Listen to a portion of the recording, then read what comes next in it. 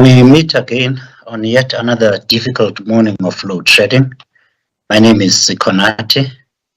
I have with me on the line the Eskom Executive Management Team, which is going to give us an update and take us through the current load shedding.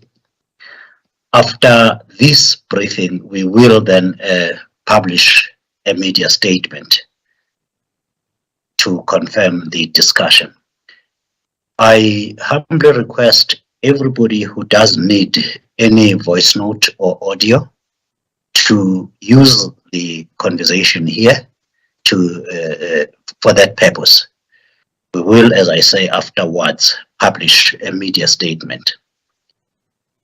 I request all of you again, colleagues, ladies and gentlemen, to type all your questions on the chat box and do everything you can to restrict them to questions about load shedding. We will answer every question that has been posed in that regard. I now call on Andre Director to give us an update. Thank you. Morning, ladies and gentlemen. Thank you, Sikonati, for that introduction. Thank you for joining us this morning. As you're all aware by now, Eskom regrettably had to implement stage 4 load shedding due to a significant shortfall in generation capacity, which we were unable to recover over the weekend. This is a really disappointing performance by generation, and we are doing our utmost to recover from that. The planned capacity that we have got out on maintenance sits at 5,124 megawatts, which is still a high number. Again, this is part of our efforts to ensure that we can restore some degree of reliability and predictability to the system. We have very high unplanned full losses at 11,164 megawatts. We have partial load losses of 4,158 for a total unplanned loss factor of 15,672, which is unacceptably high and has led to the implementation of stage 4 load shedding. The load forecast for peak this evening is 29,988. So there is a significant shortfall in available generation capacity, and we therefore have no alternative but to implement stage 4 load shedding to shed about 4,000 megawatts of demand in order for us to safely navigate through the current demand on the system in order to prevent a total collapse of the system. Just to remind everybody what a total blackout would mean, the system operates at 50 hertz frequency. This is so-called alternating current, and you can regard this as the heartbeat of the system. And when that heartbeat goes too high or too low, then we have a significant risk to the system. Restoring that system once we have lost frequency will take a week or longer and will cause very substantial negative consequences for the economy. And therefore, unfortunately, when we are faced with these generation constraints, we are in the position of having to impose load shedding in order to safeguard the overall integrity of the system. We did not have as good an Easter weekend as we would have liked. The heavy rains did not assist. We have been experiencing at certain of our power stations issues with coal that has become too wet to handle, and when the coal is fed down the chute into the boilers, it tends to cause blockages and it tends to stick. and this has caused us to suffer some load losses.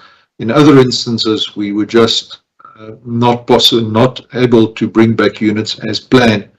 From a reserves capacity, the situation at this point in time is that at Ankerlig we are sitting at 67% of diesel in our tanks. Again, this is not ideal. We would like that number to be north of 80%. So we are expecting delivery of about 129 diesel trucks during the course of today that will replenish those reserves. At Gerikwa, again, Gerikwa has significantly larger storage, also off-site, and is connected by a pipeline to those storage facilities, so we don't have the same logistics constraints that we have at Ankerlig. We have 82% diesel levels. So at this point in time, we are running Gerikwa to supplement the generation shortfall, but we are not running Ankerlig in order to preserve our capacity there. We have not recovered as well as we would have liked to at Drakensberg. Drakensberg still has 51 pump hours in order to replenish the upper dam.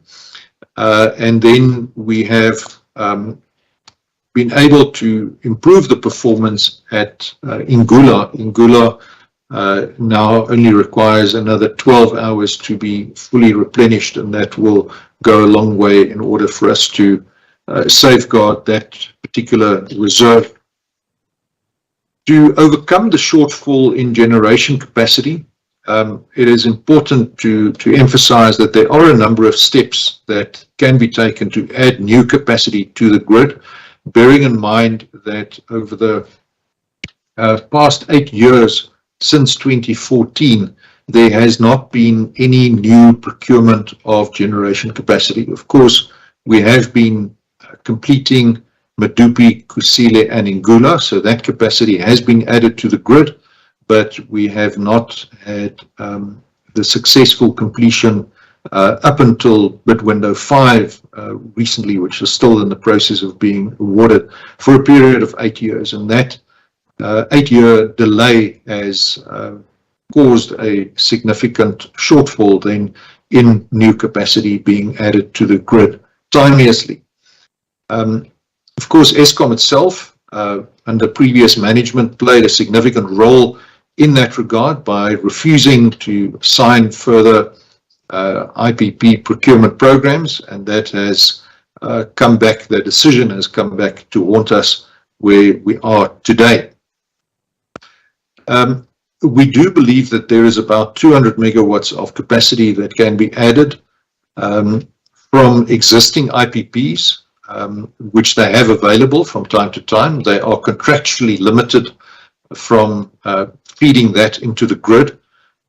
We would urge the IPP office to accelerate its efforts to enable the contracts to be amended to add that capacity to the grid. We also think there's a further estimated 200 megawatts of capacity that can be added by allowing the existing IPPs to improve their plants and feed that into the grid. Again, with some minor regulatory amendments and decisions, we believe that this can be enabled. There's also between 200 and 300 megawatts of capacity that can be added by means of debottlenecking the electricity evacuation infrastructure, connecting existing IPPs to the grid. Eskom will expedite that and will enable that capacity to be added to the grid. Eskom has also launched a so-called standard offer for small generators to make bids to Eskom for 3-year contracts. There is some capacity available from private generators, and others are prepared to feed into the grid based on such a standard offer. This was approved by the Eskom board on the 3rd of August last year, and we are awaiting approvals from National Treasury, DMRE and NERSA in order to implement that. And that should also go some way to allow us to add more megawatts to the grid. We are also aware that there are very onerous registration requirements for the so-called embedded or own generation less than 100 megawatts. These requirements are imposed by NERSA. We are aware that NERSA is reconsidering those requirements, and again, it would be very helpful if those requirements would be relieved and relaxed in order to allow the quickest possible addition of new generation capacity to the grid in the shortest possible time. I may just add at this point that we are delighted with the response that Eskom has had to its leasing offer for Mpumalanga land. We saw a very well attended bidders call. I'm informed that there were some 64 parties on the call, so that indicates very substantial appetite. However, there are some stringent zoning and environmental impact assessment requirements that could delay the addition of that capacity to the grid. And again, it would be very helpful if those requirements were to be relaxed or expedited on an urgent basis. There are also constraints that Eskom faces on procurement. There is a request that is presently under consideration by National Treasury for certain exemptions from the PFMA. Again, these would be very helpful for us to procure spares, but in order to procure spares, we of course need money. And the 47 billion rand that we are owed by delinquent municipalities would be immensely useful for us to be able to relieve some of the liquidity constraints that we face. Just over the past year, we have not been paid an estimated 7.2 billion rand from these municipalities, which would have been very helpful in allowing us to carry out our planned maintenance without having to delay these owing to liquidity constraints.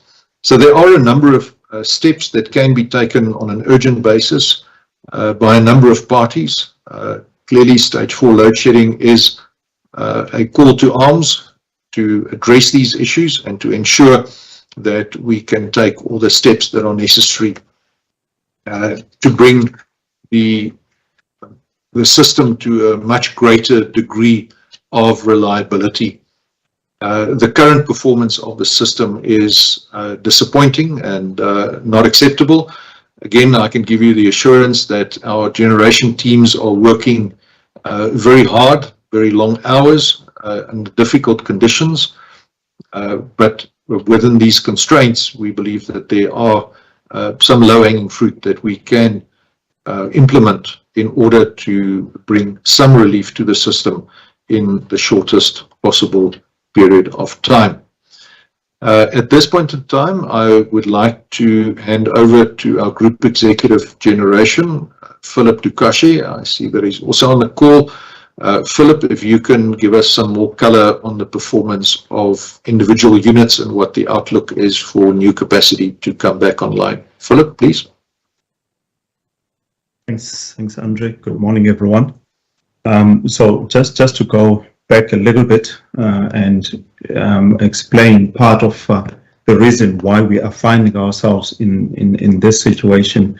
We've had a very cold, long weekend. We were hoping during this weekend that we are going to be covering and catching up on some of the maintenance that needed to be done. We had communicated last week the number of units that were at risk. It was around 10,000. And we needed to take some units off in order to be able to work on them. But on a consistent basis, the demand was much higher than what the forecast was. And as a result, we were not able to take some of the units out for maintenance. Now, unfortunately, some of them happened to take themselves off. Just to give an indication, for instance, starting on Friday, the demand was about 700 megawatts higher than forecast. and then on Saturday 1,687, and then on Sunday 1,200. Now that is significant, and that impacted the planning. As a result, the units that were queuing up for maintenance to be done were not able to take off. Some of those units have now unfortunately taken themselves off, number of cube leaks and number of other plant risks that we are dealing with. And that is the result why we're finding ourselves in this situation. The other thing is the rain, the persistent rain that we have. So we have plans to curb rain, to manage rain, to manage through the risk posed by the rain, particularly in our coal stockyards and so on. But if you're going to have rain persistent for more than 5 days, and even after that, it's not dry, you continue to have some rain, it poses a major issue. So some of our units are impacted by rain. We have to constantly support them using fuel oil, and sometimes we lose combustion as a result of wet coal. We've got problems with flowing of coal. So these are things that I think we've managed well in the first bout of rain that we had. But if that rain is consistent, then our ability to manage becomes very difficult. We are still worried about units at risk because we have not really reduced that as we are hoping to do so. We are currently sitting in excess of 11,000 megawatts. So these are units at risk that can give at any stage. We can have failures at any stage, and we're trying to nest them, and we're hoping that we will get through. In terms of units coming back, so we have a plan in terms of megawatts and when units will be coming back, and we are hoping to be in a better position by Thursday evening, based on the units that will be coming back over this week. So we will be in a better situation around about Thursday evening, and then Friday, and then we are hoping that we will reassess and see.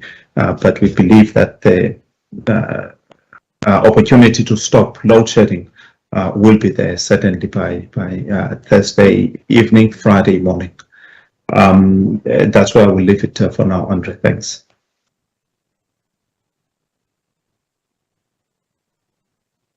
Thank you, Philip. Sikonati, I think it's time for us to go to questions. Indeed. Thank you, Andre. Thank you, Philip. You have just, Philip, answered the question that I think is foremost in people's minds. When do we think load shedding can be suspended? And please repeat what you have just said about Thursday or Friday. So we believe that we'll be in a position to assess on Thursday evening. Obviously, demand tends to drop on Friday. So probably if things improve, we will then assess on Friday morning as to when we should be stopping.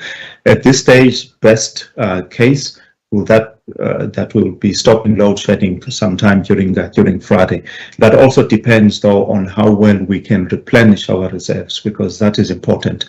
As we prepare for the start of the next week, we would like to have all our diesel and all our pump storage in a healthy state. Thanks.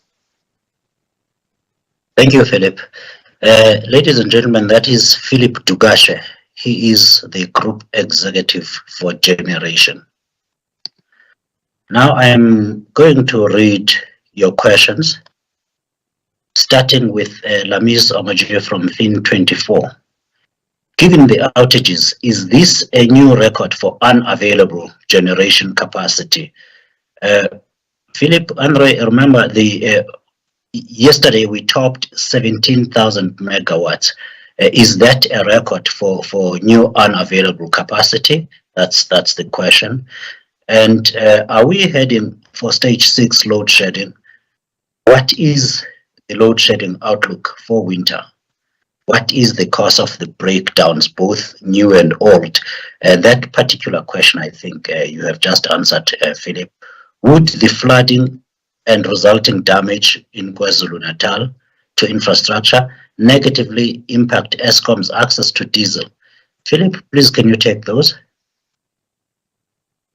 Thanks for the questions. No, this is not the highest. This is not a new record for unavailability of generation. We have been close to 18,000 megawatts at some stage. Currently, we are around 15,000 megawatts. So no, this is not the highest. But it always depends on what the demand is on the day, and that is why load shedding would then be introduced in order to balance the supply, the available supply with the demand. The second question is, are we heading for stage 6 load shedding? We do not see that happening in this week. Obviously, one we cannot say for sure where things will be, but in terms of where we are, we do not see that happening this week. As we say, we expect some units coming back tomorrow.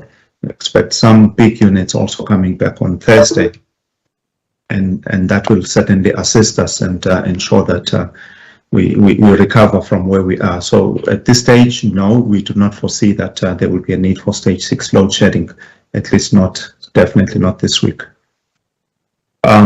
Load shedding outlook for winter, it may be if Sabotage is connected, maybe he will deal with that. If I can just deal with the last question with the flooding and resulting damage to infrastructure in KZN negatively impact Eskom's access to diesel. Not so much diesel, fuel oil. Certainly we are battling and we are not getting enough supply, but we've made plans, we've made contingency plans. So at this stage we are not getting the full supply. On diesel as well, yes, it does have an impact, and our ability to replenish is slightly slower than the norm. But I think contingency plans have been made, so that should not be a major issue to contend with at this stage. Thanks. Thank you, Philip. Sekhumoto, are you able to give us, please, any update as to the outlook for load shedding during the winter? Good morning, Sekonati. Thank you very much. Apologies, I'm not on camera. I'm working off my phone. And so it will be a bit unstable to switch on the camera. We have done the assessment for winter, and I think the big variable is the level of unplanned. We normally look at 3 scenarios. And at the last briefing, I think we did give an indication that if we're able to contain the unplanned below 12,500 megawatts, we should be not have any load shedding. Obviously, today we are struggling to achieve the lower level of unplanned that we desire, and it progressively increases to 37 days for winter. And in the extreme could be as high as, I think we had about 101 days. But that is clearly very far in the extreme. So the main issue is that we have to redouble our efforts to contain the unplanned generation losses. Thank you, Sekonati. Thank you, Sekhumoto. Again, ladies and gentlemen, that's Sekhumoto Skiapas. He is head of the transmission division, soon to be National Transmission Company, South Africa. The next question comes from Clyde Mellinson. Given that Eskom is not in control of any new procurement, when can we expect a media briefing from the DMRE on what real emergency plans are being put in place to tackle the supply shortfall? Clyde, I will answer that question myself and give a bit of a background as well.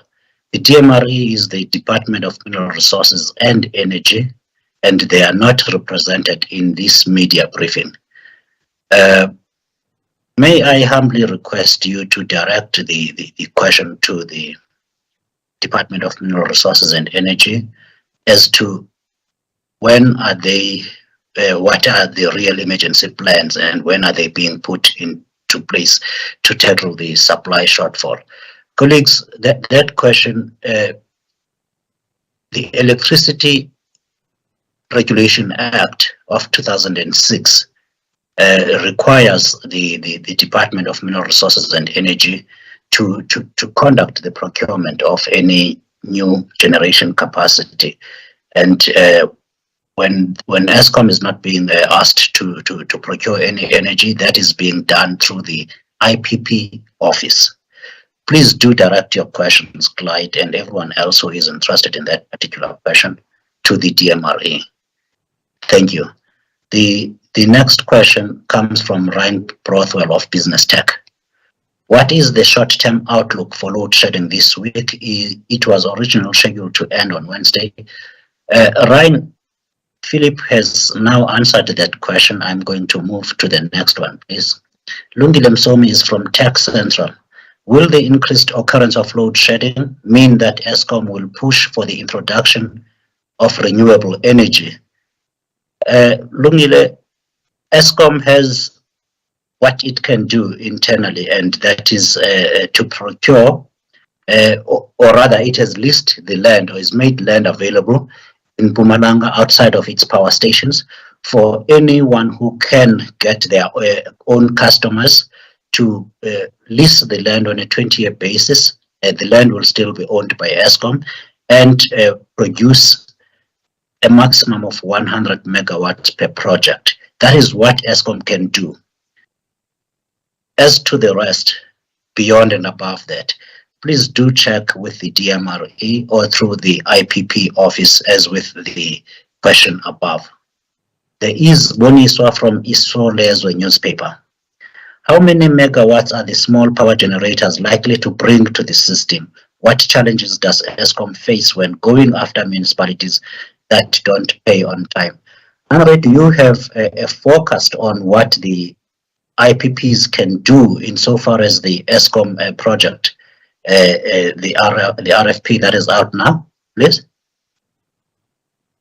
Thanks, Sugunati. So the RFP has not been issued. We have made inquiries to the market, but as I said, we are waiting for a variety of approvals from National Treasury, NERSA, as well as from DMRE to bring this online. This is about 500 to 600 megawatts, so not huge in the bigger scheme of things. But if you add up all of these initiatives that I alluded to in my introduction, we are looking at 1 or 2 stages of load shedding.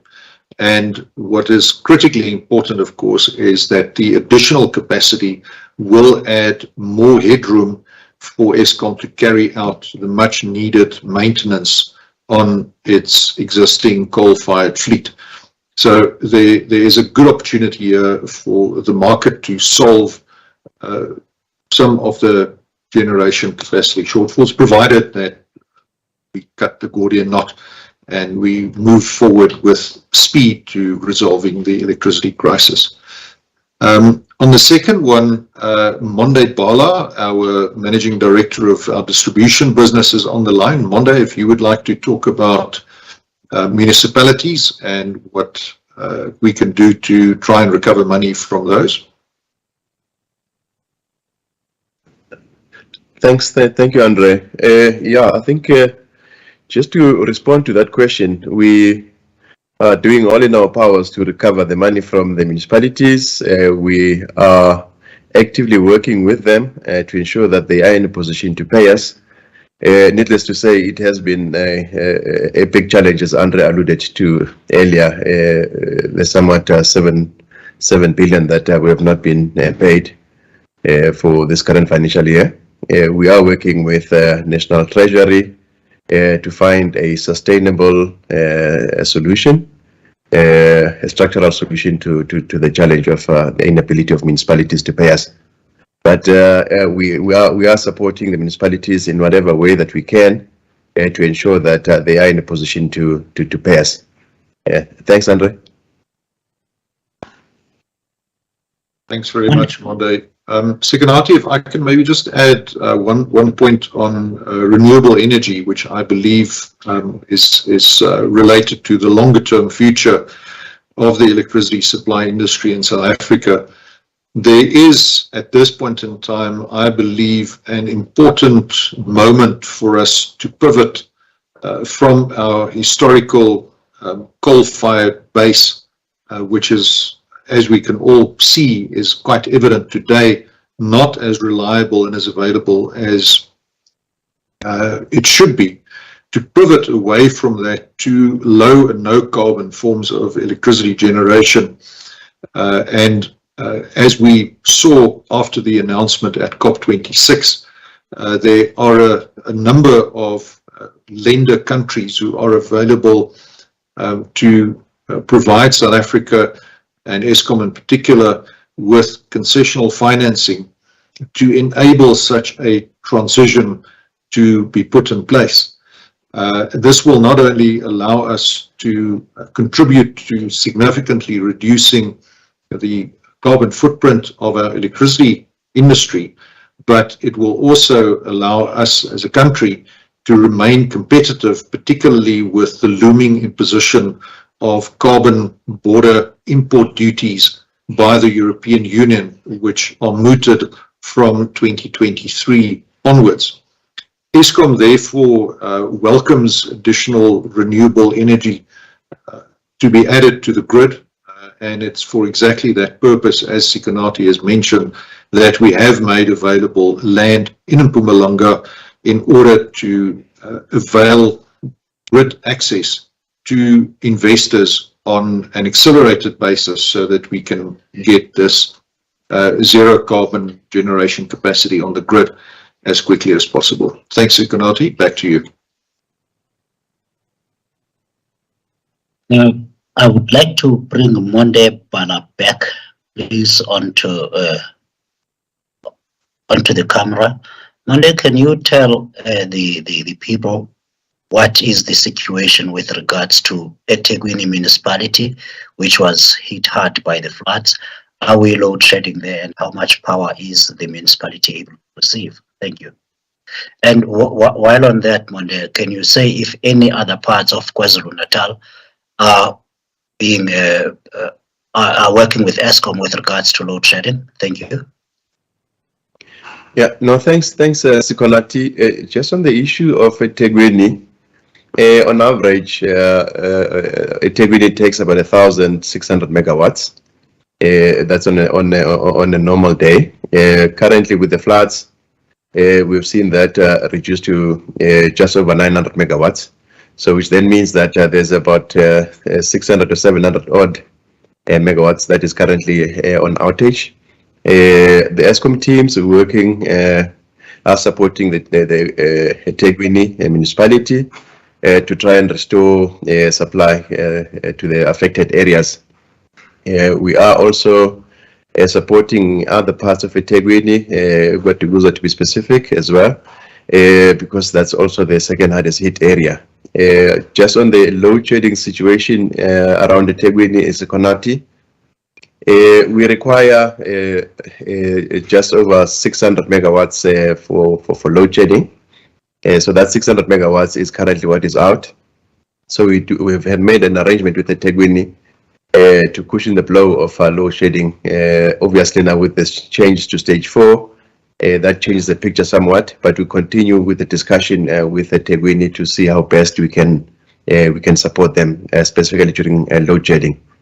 As for the rest of KZN, the areas that were affected were mainly eThekwini in the main, going up the coast towards the north coast, and also in the south coast. From an Eskom perspective, we have not experienced serious damage to our infrastructure, and as such, then we have availed our teams to support the different municipalities in the main eThekwini to deal with the issues that they are currently dealing with. Thank you, Sikonati. Before you go, Monde, just in summary, eThekwini municipality is currently not being load shed. Am I correct? That is the current arrangement, Sikonati. We are not load shedding eThekwini at the moment because largely because the amount of load that is currently out on outage is almost equal to what would have required from their load shedding sort of blocks. So on the base of that, the arrangement that we've had with the eThekwini is that we will not load shed. Thank you. Thank you, Bele. The next set of questions comes from Terence Creamer of Engineering News. Does the standard offer serve as a replacement for the STPPP that could not be concluded? If so, how will Eskom pay for the standard offer contracts? Andre, please, will you tackle that? Thanks, Sikonati, and thanks, Terence, for that question. No, the standard offer is not a replacement. As you know, the short-term power purchase program was cancelled. It could not be concluded. But the idea is for us to enter into these standard offer agreements, and through the normal cost recovery agreements, and hence the requirement for concurrence from NERSA, that in fact, if we do buy power under the standard offer, that we are able to recover it in the tariff. If we don't have that assurance, then obviously it would not be in Eskom's interest, and we would be even more out of pocket if we were to enter into these contracts. So we now need Section 34 determination for the standard offer, and then we also require exemption from certain provisions of BBBEE requirements that historically apply, and then we should be able to launch that standard offer to the market, and hopefully we can get that as soon as possible. Thank you. Thank you, Andre. The next question comes from Jonisai Warchild Maroma from Independent Newspapers, Independent Online. I want to ask Andre, with the persistent rains, how bad is it looking for Eskom consumers? The social media discussions about higher blackout stages, are they imminent? Jonisai, allow me to answer those, please. Sekhomoto Skippers has just given us the worst possible outlook for load shedding during the winter.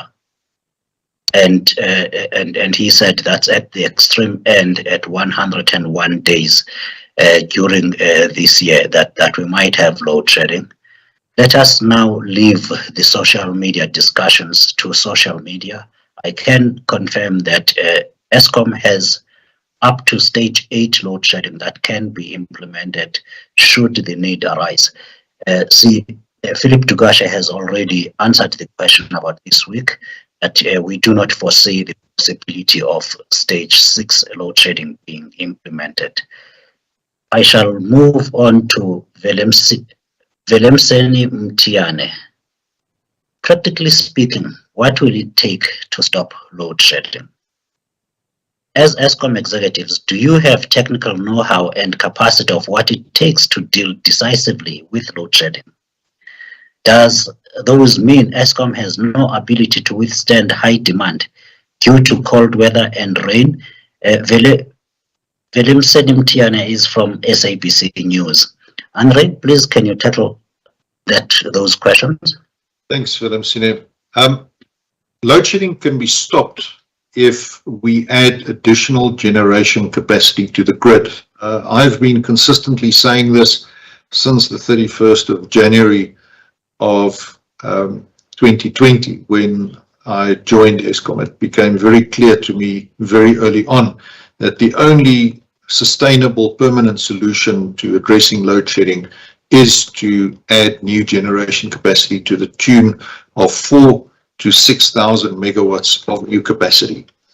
And of course, load shedding is not a new phenomenon. It has now regrettably been part of the South African landscape for about 18 years, and it dates back to a long history of decisions that were not taken at the time that they should have been taken to add on new capacity.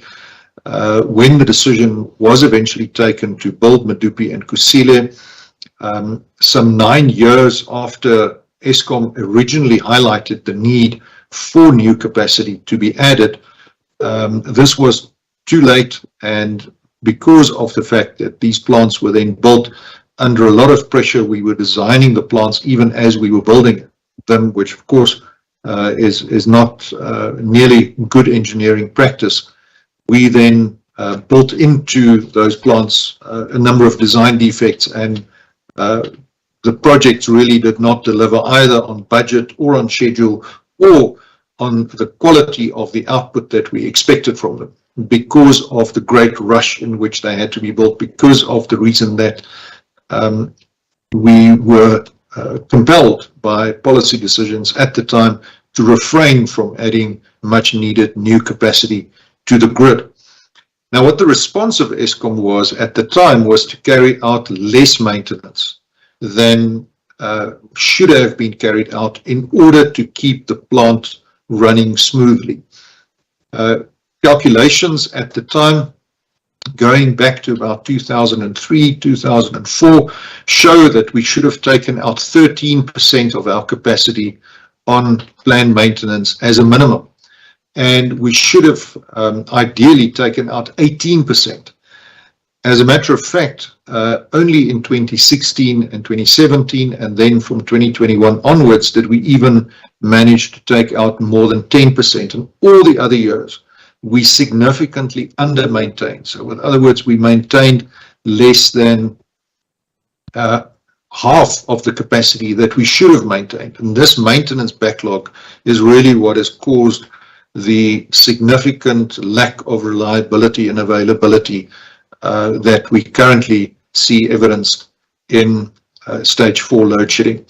So the answer to the question is we need more capacity to be added to the grid as soon as possible, and we should remove all roadblocks that stand in the way of adding that capacity as quickly as possible.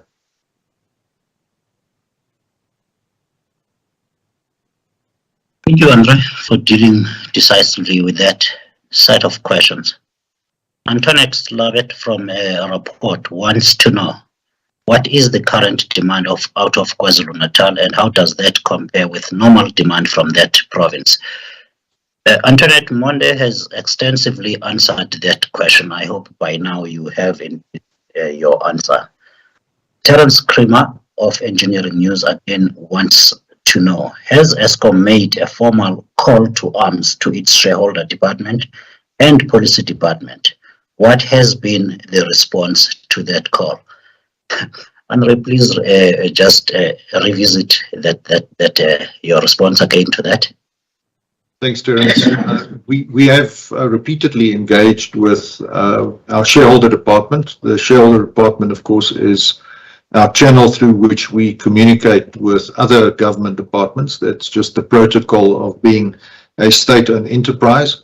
So we have highlighted the opportunities and the challenges that we've had, and there is an extensive and ongoing dialogue taking place between Eskom and the Department of Public Enterprises, and I've got no doubt that when we communicate, as we do with officials at the DMRE, that these same messages are also conveyed to them. So I think the steps that are required to resolve the crisis are known, they have been communicated, and we have, I think, again, emphasized the need for urgency on that score. Apart from that, Terence, again, I would suggest that you direct further questions for clarification to the relevant government departments, who will be better placed to answer those particular questions. Thank you. Thanks, Andre. Philip, please can I ask you to answer this question? In fact, the next two questions. From Antoinette Lovett, have the private OCGTs been affected by the floods in KwaZulu-Natal, or can they provide support at normal levels? OCGT, ladies and gentlemen, is open cycle gas turbines. Puleli Shwiti Jones from ENCA wants to know, the demand for electricity is expected to be high in winter. Are there any plans to ensure load shedding what take place on a consistent level. Philip? Thanks, Sikonati. So very briefly on the OCGTs owned by IPPs, no, we're not seeing any major deviations. I think they've, similar to us, they've made their contingency plans, and those plans are working. So we don't see any significant changes in terms of supply of diesel and then their utilization. And then in terms of demand in winter, I think Sikonati has dealt with part of that. So again, as generation, we have sorry, not Sikonati, Sakhomoto. We have a plan in terms of when we're going to be doing maintenance. We have a plan that talks to the demand, the expected demand during that period of time. And we always try to match our availability with that demand. And it's when things don't work out, like now, when there are more failures, sometimes when the demand is higher, but consistently when there are more failures than we have planned, then that's when we run into problems. So yes, we have plans to really meet the demand and to minimize the impact on the system. But again, because our system, our plants are not as reliable as we would like them, those plans often fail, and we are hoping that, as Sakhomoto said, that will be within the parameters that we've communicated already. Thanks. Thank you, Philip. The next question from Puleli Shwiti-Jones from ENCA. A report in 2019 by Bees Tracers commissioned by Eskom suggested that there was sabotage at the Tutuka power station, which disturbed electricity supply. The very same unit affected now. Has Eskom seen this report, and why has there been no action against some of the officials fingered in the scathing report? Does sabotage remain a problem? Pule, this particular question we have dealt with before. I am under the impression that I did send you a response on this. If not, I will happily send the response to you. This was in 2019, and Eskom management became aware of such a report that had been commissioned at power station level. And the report only became known to the head office after the particular power station manager had been suspended. Up until that point, Eskom did not know anything about it. When you say that particular unit at Tutuka has been affected currently, I don't know which unit you are referring to, but we have, over the past 12 months at least, has been a steady news from a stream of news from Eskom about Tutuka power station, including the discovery of some cartels that were actually stealing fuel oil from that power station, and coal, and indeed other supplies. There have been arrests on that. So that power station is amongst currently those that are very poorly performing and is on a recovery mode. We have the current management team doing everything they can, such that they have now returned 3 generation units to service, which by no means are stable at this point as well. So yes, there is a lot of work going on there, and I will again revisit the response that I thought I did send you on this matter. Do you have anything that you wish to add to this, Andre or Philip, please? Or on just Tutuka in general? I think the only thing to add, Sikonati, is that Tutuka is our worst performing station. It has really been very badly affected by corruption, and we've recently seen the suspension of some 20 managers at that station. 2 arrests have been made, and we continue to pursue inquiries with a view to bringing further people suspected of crime to book. But given the neglect that has taken place at that station, it is a long, hard road, to recover that station. Philip, I think that's pretty much the gist of it. I don't know if you want to add anything.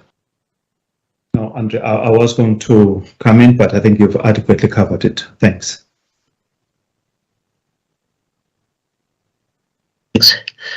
Graham Bell from Tech News wants to know what long-term plans are being put in place to prevent coal from getting wet. Philip?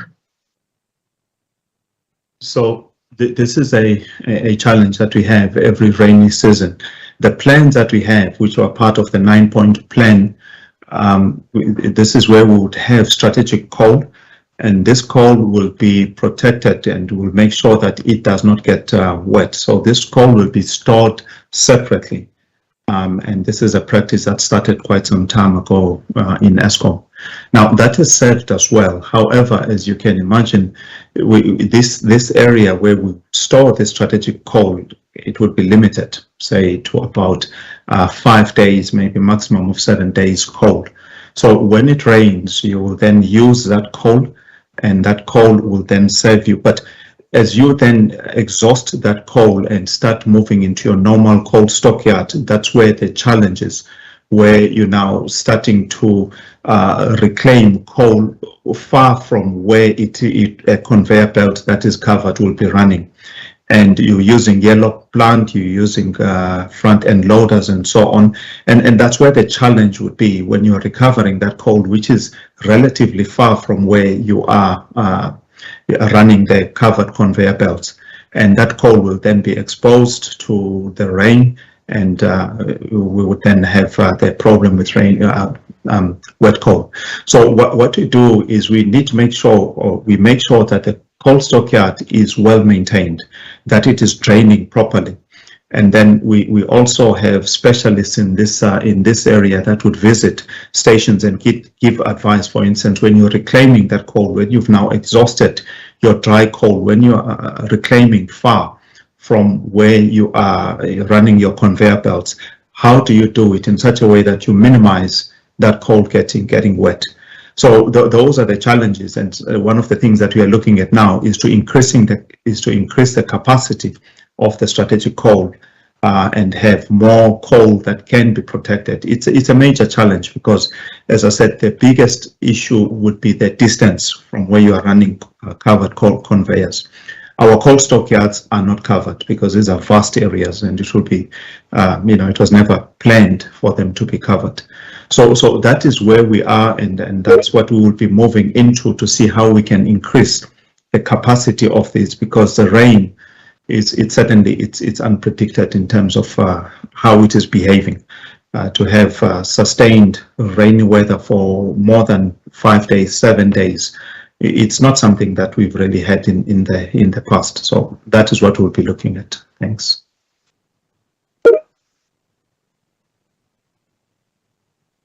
Thank you, Philip.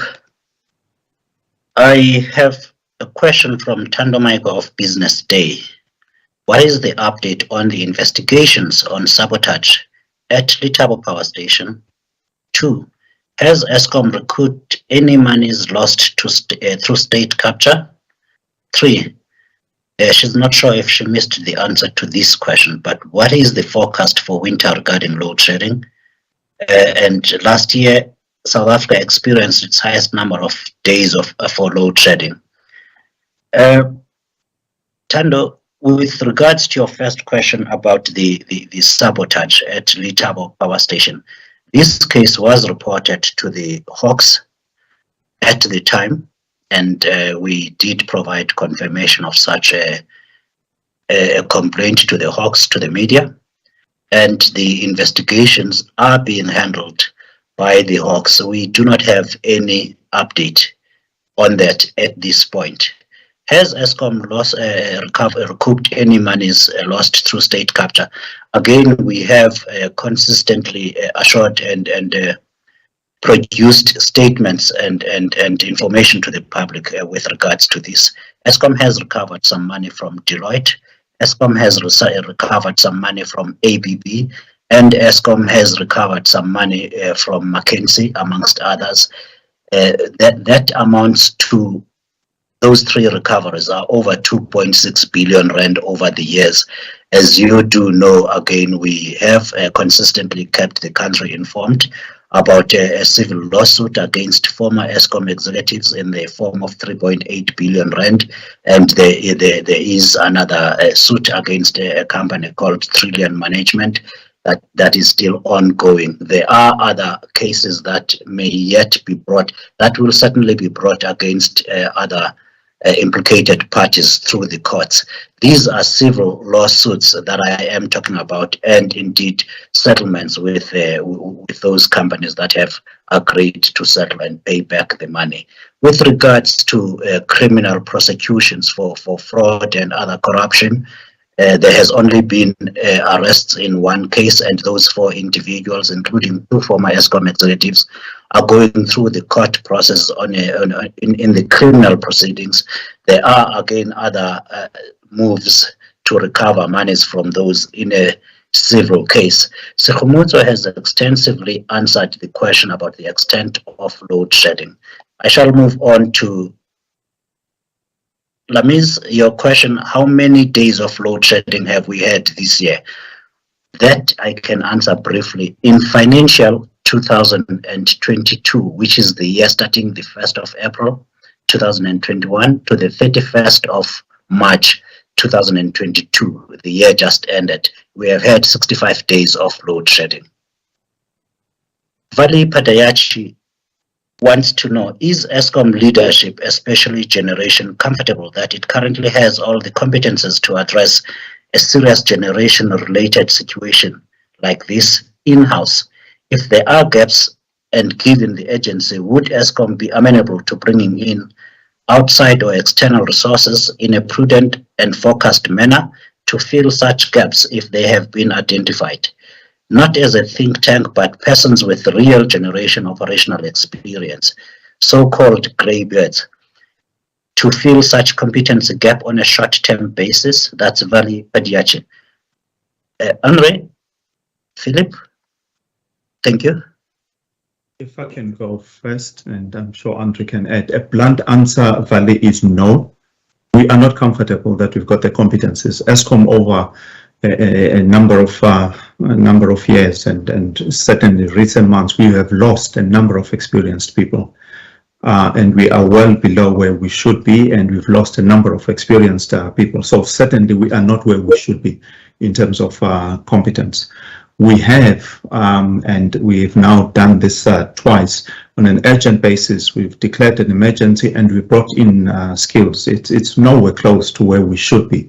And we are currently working on also doing something similar, but on a much broader scale, where we need to supplement the Eskom resources with additional experienced resources. So we certainly are working on that, and we should be going out very soon to try and do that. So yes, definitely, we do need additional skilled resources as our plant gets old.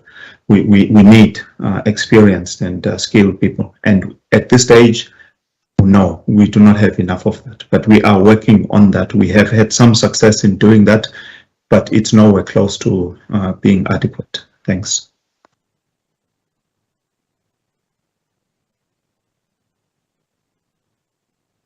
You want to add anything to that, Andre? Thanks, Sikonati. Philip covered it well. Thank you. The next set of questions then. Colleagues, we are trying to close this now at this briefing at 11 o'clock. So we will do everything to take the remaining questions as quickly as we can. Carol Payton of Fin24, News 24 wants to know what is precisely Eskom requesting of National Treasury with regards to the PFMA, and what does it suggest could be cut out or minimized in terms of distributed generation red tape. Briefly as well, Andre, can you tell the public where Jan Oberholzer is? Antoinette Slava wants to know. Thank you. Mr. Oberholzer is traveling on business and could not make the call today. Carol, with regard to PFMA, as well as triple PFA. You may have seen that there was recently a gazetted exemption published in the Government Gazette for Transnet to exempt it from certain provisions, and essentially what we're asking for is exactly the same exemption in order to allow us to procure equipment directly from original equipment manufacturers instead of having to go through non-value adding intermediaries. We believe that there is a significant cost saving as well as an efficiency gain if we were able to do that. Also to give us greater latitude in order to expand and extend certain contracts that we have so that we can be more efficient without having to go through long and onerous procurement processes, all obviously having due regard to good governance and ensuring that we spend Eskom's money as wisely as possible. Thank you, Sikonati. Thanks, Andre. Edward, bottomly, I will skip your questions and will request my colleagues to take them down and get you a response from the business. We will do everything we can to limit this to load shedding. So I will take Naledi Ngobo's questions. She is from the SABC. Will we continue to be on stage 4 till Thursday, Friday, or can we expect levels to come down before load shedding is lifted on Friday? Naledi, that decision will depend on what happens with the units that are currently out, and you can trust us to inform you as promptly as possible if there are any changes. The next one comes again from Tando Maiko. What is Tutuga's energy availability factor? Please give an update on investigations on fraud and corruption relating to fuel oil procurement. Philip, only tell us, please, what is Tutuga's EAF, if you have that number right away? So for the financial year that ended at the end of March, it was around 30%, and if you add planned maintenance, it's about 36%. It's equivalent of 2 units. So it's EAF, it's about 30%. Thank you, Philip. Tando, we have dealt with a question about fraud and investigations in that there has been no feedback as yet from the authorities, and we are pursuing what charges can be pursued both internally and through the justice system. When there is anything to be said about that, we will really let you know. The question from this guest, and that's Paul Richardson of Bloomberg. What is currently available, current available capacity? Could you confirm how much is at risk? Paul, we really started exactly with that at the beginning of this conversation, and we will release the recording as soon as possible. Andre started with those numbers. Pule of ENCA says there seems to be a worrying concern of sabotage at the power stations. It may be no secret, however. Does this raise a concern about the strength of security at most of these power stations where cartels and perpetrators are disturbing generation supply? That's from Pule from ENCA. Andre, the last one as well that you might want to take as we close this is from Clyde Mellinson. Please take that together with Pule's questions. What are the steps that could be taken by DMRE that would enable Eskom to conduct its own emergency procurement or indeed new build program? Andre? Thank you very much. Pule, yeah, as always, we are very cautious to try sabotage when it comes to interruptions, but there are certainly very good signs that we have significant criminal activity at a number of our power stations.